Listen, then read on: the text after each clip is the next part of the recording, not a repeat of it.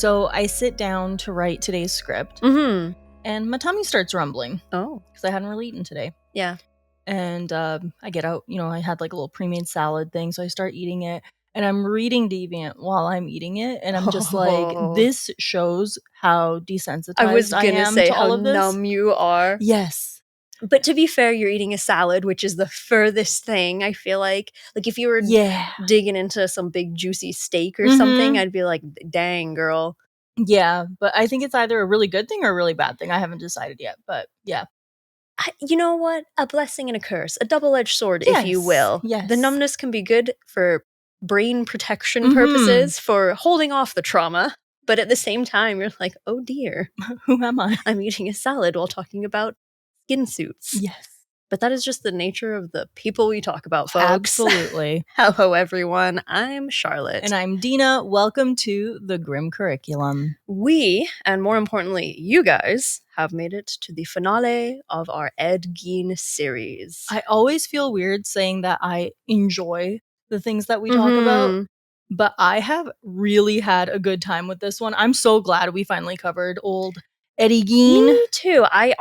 We talk about this, once in a while, and I enjoy editing all of our episodes, but I've really enjoyed editing and re-listening to these episodes, so that's how I know it's a good one. I think you're going to like this finale. I'm excited to read on. And I think you guys will too, because it gets crazy. So, we last left off with the crimes of Ed Gein starting to come to light. He had just been arrested for the murder of Bernice Warden. Investigators had no idea that he was hiding a much bigger secret in his Plainfield farmhouse. Today, we will uncover the heinous discoveries made in his house of horror and follow Ed throughout his trial and his life afterward. It's funny. I was talking about skin suits with Cody earlier because you were. of who we were talking about today. And being a thinner person, I was like, at least I am not going to be the target for a skin suit making serial killer. That's fair. Because I don't really have you might get a nice belt out of me or something, but you're not getting a whole skin suit unless it's for like a baby. A nice little brooch or something. A little onesie or something. That being said, we are picking up right where we left off, and things are going to get gruesome fast. While Ed was being arrested, Sheriff Schley and Captain Forrester had obtained a warrant to search his home. The front door had been locked, so they made their way towards the back of the house and gained entrance through the cellar door. There was no power, and they were faced with total darkness. When they took out their flashlights, the reality of Ed Gein's secret life finally came to light. They made their way through the kitchen and walked throughout the trash-filled room. One of the officers felt something brush up against him. He turned around and pointed his flashlight at it. At first, he assumed it was the body of a deer. After all, it was that time of year when this would not have been abnormal. Upon further inspection, he realized it was something he never thought that he would encounter. A naked human carcass was hanging from the ceiling. It had been beheaded and disemboweled. The body was completely drained of blood. It would later be revealed that this was the corpse of Bernice Warden. Sheriff Schley backed away from the gruesome sight and uttered the words, "My God, there she is."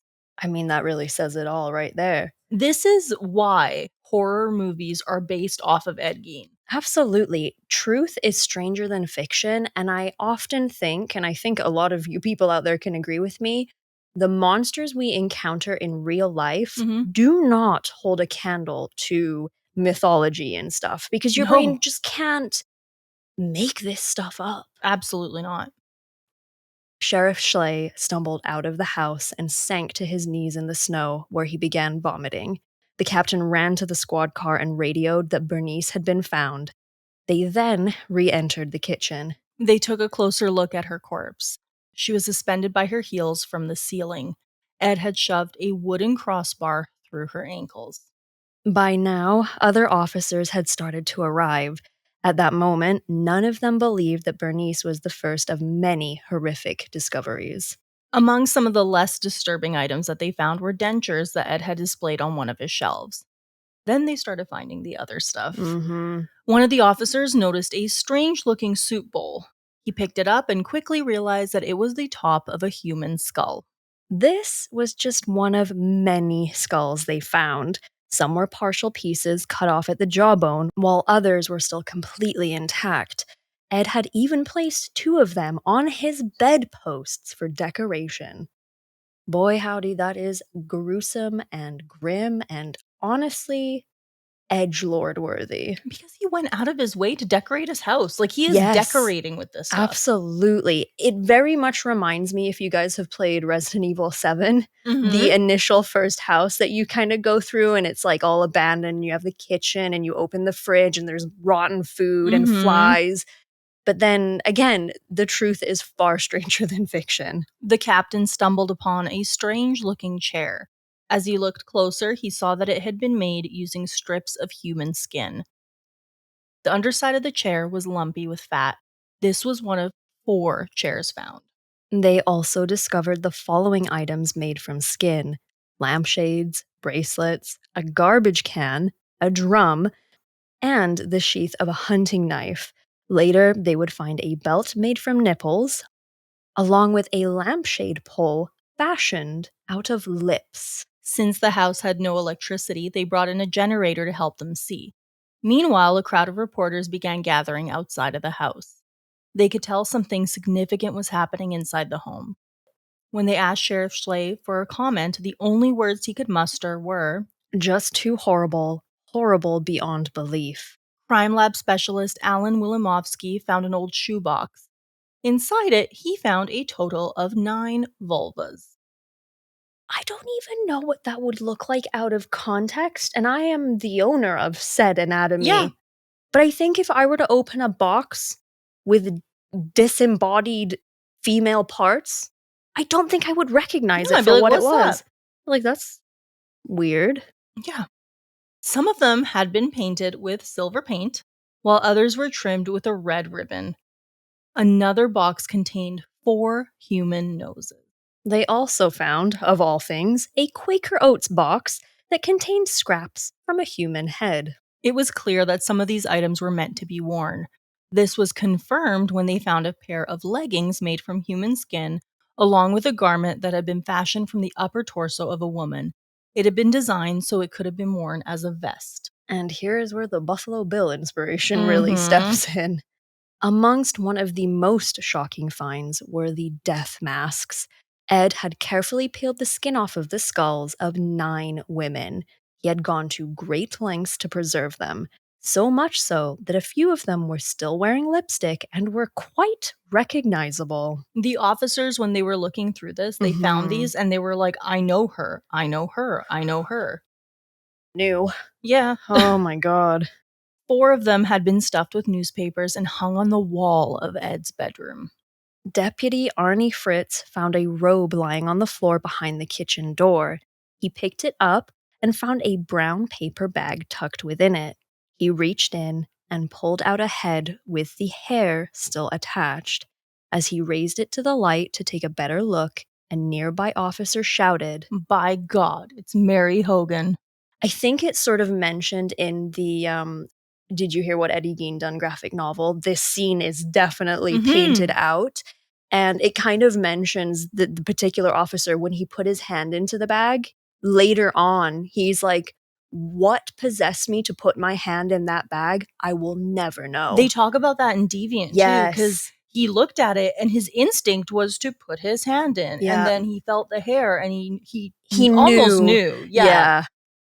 The 3-year-long mystery of the missing tavern owner, Mary Hogan, had finally been solved. So many body parts were being discovered, including shin bones, various scraps of skin, vaginas, noses, and more, that it was impossible to determine the exact amount of victims.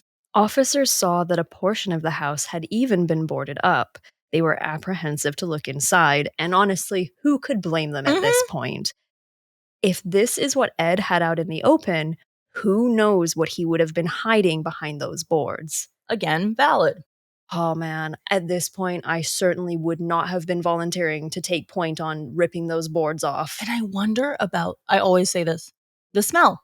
Oh, Because there's trash everywhere, too. absolutely. I mean, short of all the human remains he's Mhm. keeping in his house, the place was covered in like mouse poop Mhm. and food everywhere and just crap all over. He didn't do the dishes. He was eating out of skull bowls, for God's sakes. Like, it had to be quite the stench. And it's hot out. Ugh, I yuck. mean, it's later in the year, but it's still hot enough to be gross. It was nothing like they had expected. It was a room and parlor kept in a state of perfect tidiness other than the layer of dust covering everything. It was Augusta's bedroom, and Ed had sealed it away as if it were a holy tomb. I'm thankful for that for the sake of those Mhm. officers because their brains were probably running amok with all sorts of imagination based on what they had already seen. Yeah, They're probably like, "Well, we've seen it all at this point. What could possibly be behind this door?" And they probably were like, "Oh, thank God it's just Augusta's room." but I'll bet you also that led to just the creepiness of the whole situation because you have this filthy house, and then you open up these boards and you see these two rooms, and they're just perfect. Like he Perfect. hadn't stepped foot in those in No, there years. would have just been like, a layer of dust 3 inches thick, Mhm. but apart from that, it would have been pretty immaculate. Yeah. During all of this, more of Bernice's remains were being discovered. Her heart was found in a small plastic bag near the stove, and a still warm pile of her entrails was found folded up in old newspapers and tucked away in a men's suit. Then they found her head.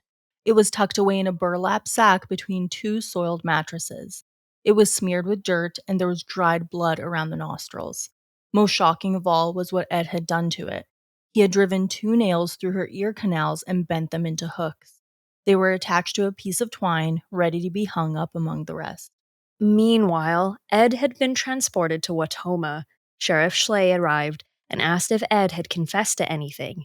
He hadn't. In a moment of justifiable rage, Schley picked Ed up by his shoulders and started slamming him against the wall, demanding answers. He hoped this would provoke a confession, but it did the opposite. Ed was more tight lipped than ever. I think in the long run, this was also for the best because I know we're talking about an era quite a few decades ago, Mm so things law enforcement wise were a bit different. But if he had confessed under duress, by the time it got to trial, I mean, as much as the whole hmm. Mm of the hmm. world basically was against this man at this point, or soon would be, a good lawyer would have said he confessed under duress doesn't mean shit. And you have to remember, they don't know about the grave digging here. They think he's No. killed like dozens of people at this point. Yes. At 4:30 a.m., a polygraph specialist arrived. He interrogated Ed on and off for 12 hours. Ed was not told of his right to remain silent, nor was he provided an attorney. But despite all of this, he still wouldn't say a word. That Sunday morning, the citizens of Plainfield went off to church, knowing that the corpse of Bernice Warden had been found on the farm. When Frank Warden had been asked to comment on the murder of his mother, he told them that something far worse was involved and that the truth would shock the entire state of Wisconsin, which of course would prove to be a massive understatement. By late Sunday, there was likely not a single person in the state who hadn't heard the story. With this came the rumors. Soon enough, people were talking about Ed Gein cannibalizing his victims and sharing stories of how Bernice's heart was found in a frying pan. Which is fair. I mean, close to be fair, Yeah. but not quite. On Monday morning, investigators began a search of Ed's 190-acre property. It was around that time that prosecutor Kylene told a gaggle of reporters that Ed had finally broken his 30-hour silence. In a statement, Ed confessed to killing Bernice, but left out details, saying that he had been in a daze. He was also asked about the reports of cannibalism, to which Colleen stated Ed still had a quote unquote lapse of memory. In regards to the body parts, Ed stated that they had not come from murder victims. When asked where they all came from, Ed simply answered, from graveyards. Ed explained that for a 5-year period beginning in 1947, he had made up to 40 trips to nearby cemeteries. He stated that the majority of the time he came home empty handed, and that on a few occasions he dug up the grave, opened the casket, and covered it up again, leaving it, in his words, in apple pie order. The dichotomy of apple pie order and a open grave doesn't quite dovetail. It does not. After the announcement, Ed was taken from the jail into a car saying that he had something he wanted to show investigators. He led them back to the home and pointed out various spots where he had buried body parts. This was all with a group of journalists following behind them. Ed didn't seem too bothered by the company. In fact, he often looked at the cameras, donning his signature shy grin. I think he actually enjoyed having so many people paying attention to him, to be honest. Absolutely. I mean, for all the wrong reasons, obviously, but I think for the most part, people were probably kind of tiptoeing around him a little bit. And I think, and this is total speculation, but I think in his mind, he's like, oh, they like me. They're being nice to me. Yeah, and all of these reporters, you can imagine them being like, "Hey, Eddie, answer our Yeah. questions." And he's probably like, "Oh, wow, this is cool." Yeah, I like attention. While investigators continued to comb through the farm, Ed was taken back to the courthouse where he was arraigned for armed robbery stemming from the $41 found in his house that had been taken from the Warden's store register. They wanted to wait until the investigation was complete before charging him with murder. Later, the chief of the La Crosse Police Department made another statement.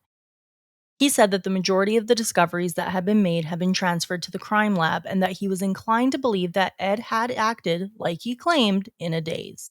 He also said that Ed claimed whenever he felt the urge to dig a grave coming on, he would pray as hard as he could, and often it went away. He concluded his statement by saying, He is a very sincere, very meek fellow. You'd never believe he'd be the guy to do such a thing. You feel like he needs help awful bad. "You're not kidding." The house was eventually opened to reporters who had all been desperate for a look. When they saw the condition of it, they did not stay for long, and it was concluded that Ed was not responsible for any of the missing people in the area other than Bernice and Mary. Some thought that Ed's meekness was all an act and that he was much smarter than what he had let on. After all, someone capable of such acts had to be an evil monster. Those who knew Ed were shocked to see the news break out.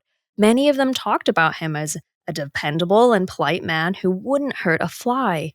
No one could believe that Ed Gein had been responsible for such horrific acts. One man stated in an interview, Before this happened, if you asked me who could be capable of something like this, the last man in the world I would have named would have been Eddie Gein. As more confessions came out, Ed began to detail his crimes in a matter-of-fact way, as if he were simply talking about a hobby. He was ultimately charged with the murder of Bernice Warden. He would plead not guilty by reason of insanity. The public was outraged at this. It was clear that Ed would not walk free, but the idea of him living out his life in an institution rather than a prison was to them an injustice, especially considering the majority of people, some investigators included, still believed that the body parts were from people Ed murdered. Especially with Mary Hogan. Yes. She went missing. Her body shows up at his house, and he's not getting charged for her murder. And people liked her. She was a rough lady by all accounts, owning a business, owning a bar, and Yeah. she had a filthy mouth and liked to swear and drink, and she's a good time gal, and people did like her. So then for her to show up at Ed's, and then for all those people to be like, "Oh my god, he literally said, I've got her at the house." Yeah. He literally said that, took her home in my truck. She's at the house right now. Never knowing how true his words were. Bizarre. Numerous psychological evaluations concluded that Ed was indeed mentally unfit. It was concluded that he was a schizophrenic and what they called a sexual psychopath. His illness was attributed to his unhealthy relationship with his mother as well as all women. They determined that he had a love-hate relationship with women, which became exaggerated and turned into psychosis. Ed spent a total of 30 days in an institution, and it was decided that he was considered to be mentally incompetent and could not stand trial. The community did what they could to influence the court to change their minds, but unfortunately, this had little effect. He was committed to the Central State Hospital in Waupun, Wisconsin. Soon after, his farm was put up for auction along with some of his other belongings. Thousands of people arrived in Plainfield to see what items were up for grabs. This included his car, furniture, and musical instruments. At first, the company handling the auction planned to charge people to look at the items. Plainfield citizens were once again outraged, saying that the house had become a museum for the morbid. The company dropped the fee, but residents were still not happy to see them being purchased by people. In the early morning of March 20th, 1958, the fire department was called to the Gein house. Before they knew it, it had burnt to the ground. The cause was determined to be arson, although the culprit was never found. I feel like that could have been one of any number of people from Plainfield, Wisconsin, and then one of any number of people from borders beyond that. Oh, and I'm sure they saw it and they were like, yeah, we're looking for the suspect, sure. And not that this is proof by any means, but I can certainly see Sheriff Deputy Warden burning that fucker down after everything. Absolutely. I never even thought of that. I could certainly picture him being like, F this, and lighting that bitch up. And that's fair. Honestly, that I think would be somewhat cathartic for that man after what Ed Gein did to his mother. Some items were salvaged and auctioned off, including his 1949 Ford sedan. It sold for a whopping $768, but that does amount to a little over $11,000 in today's Canadian money. That's a good amount. I mean, it's not bad. Yeah. Still too much. I feel like people would pay more, though. Nowadays. I'm on the opposite end of you. I think people would pay out the nose for that. They for sure would. I'm just saying they shouldn't. No, they should not.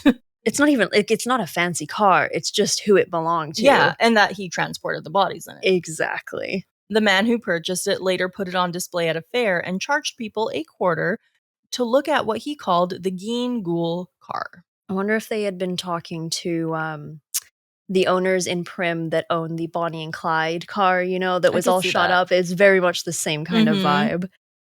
It would be 10 years before Ed was back in the spotlight again. During that time, he had become a local legend. Children sang songs about him, and parents would threaten their kids, saying that if they didn't listen, Ed Gein would come to get them. After spending a decade in the institution, it was determined that Ed was competent to stand trial. The proceedings began on January 22nd, 1968, to determine if he was guilty or not guilty due to reason of insanity.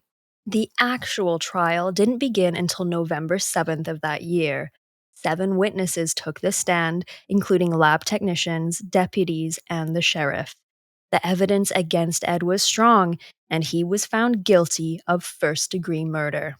However, because he was found to have been insane at the time of the crimes, he was later found not guilty by reason of insanity and acquitted. It was determined that he would spend the rest of his life at the Central State Hospital. The families all stated that they felt that justice had not been served. Ed was said to be happy and comfortable at the hospital and was by all accounts a model patient. He got along well with the other patients and was an avid reader. Ed was able to get a job at the hospital doing stone polishing, rug making, and other forms of occupational therapy. He was described as very docile and was one of the few patients who never needed sedation. The only issue anyone ever had was that the female workers said he would sometimes stare at them in a way that made them uneasy. Yeah, he's probably sizing them up. I don't think he could help himself. The superintendent of the hospital even told reporters, "If all our patients were like him, we'd have no trouble at all." Well, again, it goes back to that's probably the perfect environment for him. Absolutely. It's controlled. He's given everything, 3 meals a day. He's told what to wear, where to go. He's given a job. For him, that's the perfect place. And again, people like him. Exactly. When he's controlled and calm, Ed Gein, not a problem. No, but when he has access to graves and middle-aged, buxom women, not good. Not good. He even met the governor of the state at the time. When asked what he thought of the hospital, Ed replied, "I'm happy here." He then lowered his voice and added, "Some of the people here are pretty disturbed, though." Wow. Pot meet kettle. In 1978, Central State was converted into a correctional facility. Ed was transferred to the Mendota Mental Health Institution in Madison. He was 72 years old and his health was declining. He was also starting to show signs of Alzheimer's. He immediately became a celebrity at Mendota. New employees could hardly wait to get a glimpse of the infamous Ed Gein. When they saw him, they were shocked to see that he was not at all what they expected. They had all grown up with stories of him as a boogeyman, but found that he was a seemingly gentle old man who would shuffle down the hallways and shyly smile at them. That's why so many nurses and like care aides and stuff get these freaking deathbed confessions Oh, yeah. from folks who it's like, oh my God, she was a sweet little old lady. And then she told me 30 seconds before she kicked the Yeah. bucket that she murdered her husband, Mhm. or, little Ed Gein. You can picture him just shuffling down the hallways in his slippers at He's the smiling at you. smiling and, nodding and being polite and shit. And then you're like, oh, that Ed Gein? Mhm. Oh, okay. On July 26th, 1984, Ed Gein died after a long battle with cancer.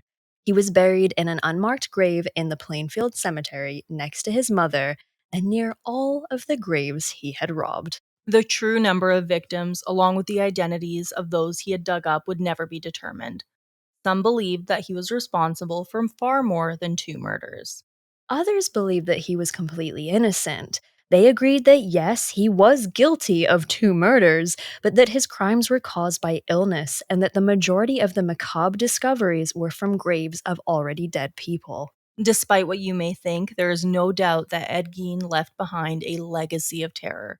Even now, citizens of Plainfield would prefer that his name not be mentioned and hope that someday it'll be completely forgotten.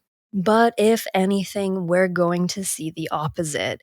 It's likely that with new movies and shows like the Monster series, more and more people will learn about Ed Gein and his crimes. And with that, Ed Gein and his memory will live on. And of all people to have their memory live on, Yep.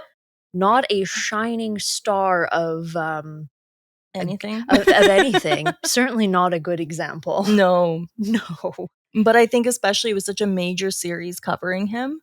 More people, especially younger people who may not be familiar with him, are Yeah. now going to know about him. And it's going to set off another whole cycle of infamy for him. I think so. And it's kind of a blessing, I think, that he is no longer on this earth. Mhm. But with shows like the Monster series with like the Menendez brothers, I mean, they're very much still Yeah. alive. I'm interested to see the show, interested to see Charlie Hunnam play the part, see Me what that too. looks like. Again, just want to see the babysitting situation. Yep. I need to Absolutely. see it to like really understand how people allowed that to happen. Is he going to wear a woman's suit? That's what I want to know. Oh, I don't like that. Because the thing that they specify a lot in Deviant is the woman's suit belonged to a woman who had very large breasts. And it included said breasts. Of course. That is so much worse than like the classic like Buffalo Bill like It dancing is. scene, like Got himself tucked up. yeah. Mm-mm. Ugh, no, thank you. That was one hell of a series, but we don't need to talk about it for too much longer. No. We hope you all enjoyed our series on Yes. Ed Gein. Like we said, we wanted to cover him for a very long time, and I'm happy that we did, but I'm also happy that it's over. Yeah, hope you learned something new. If you'd already heard of him, I hope that you enjoyed our telling of his tale.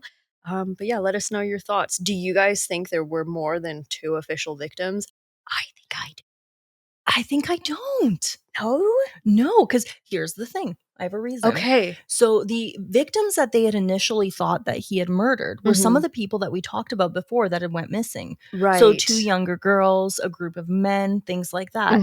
His type was middle-aged women. That is very true. Do you think he killed his brother? Yes. I think so too. At the very least, we have Mary Hogan, Bernice Warden, and I would bet money that he murdered his brother. And I don't think it was premeditated. I think, like No. we had mentioned, he insulted Augusta. He talked about their relationship, said he didn't like it. and it made Ed angry. Yep. And then also the possibility of his brother also leaving. Mhm. And I think it was probably a strange, messy, complicated mess of, yeah, you don't talk about mama that way, and you can't leave. Yeah. Eek. But yeah, it's over. With that, we want to quickly talk about our Patreon. Of course. Make sure you check it out, patreon.com/thegrim curriculum. We have early episode reveals for the free tier. We also have video versions of the episodes, a Discord, and all sorts of fun stuff. So go check it out. Yeah. But we also have our top tier, our Grim VIPs. Thank you so much to the wonderful, the fabulous, the glorious Yegpla, Mayhem Mudkip, Lisa, Nova, Kevinus Musicus, Brian, Bob, Paranoid Pop Rocks, Steven Centauri, Judy, and Atlantean Jedi. Whoop, whoop. Whoop whoop. Thank you so much. We appreciate it. We sure do. Thank you all so much for listening. This has been The Grim Curriculum. I have 2 dick facts. Oh, amazing. We haven't had a dick fact in a while. An elephant can control its dick and kill you with it. Oh my god. And the second one, horses can also freely move their dicks around and often swing them to masturbate. Well, I've seen them do that, but I didn't know it was like a voluntary thing. I just thought it was the angle of the dangle, so to speak. Just having a good time. Dick facts with Dina. Thank you so much. Bye. Bye. That's our third podcast right there. Dick facts with Dina. Let's talk about dicks.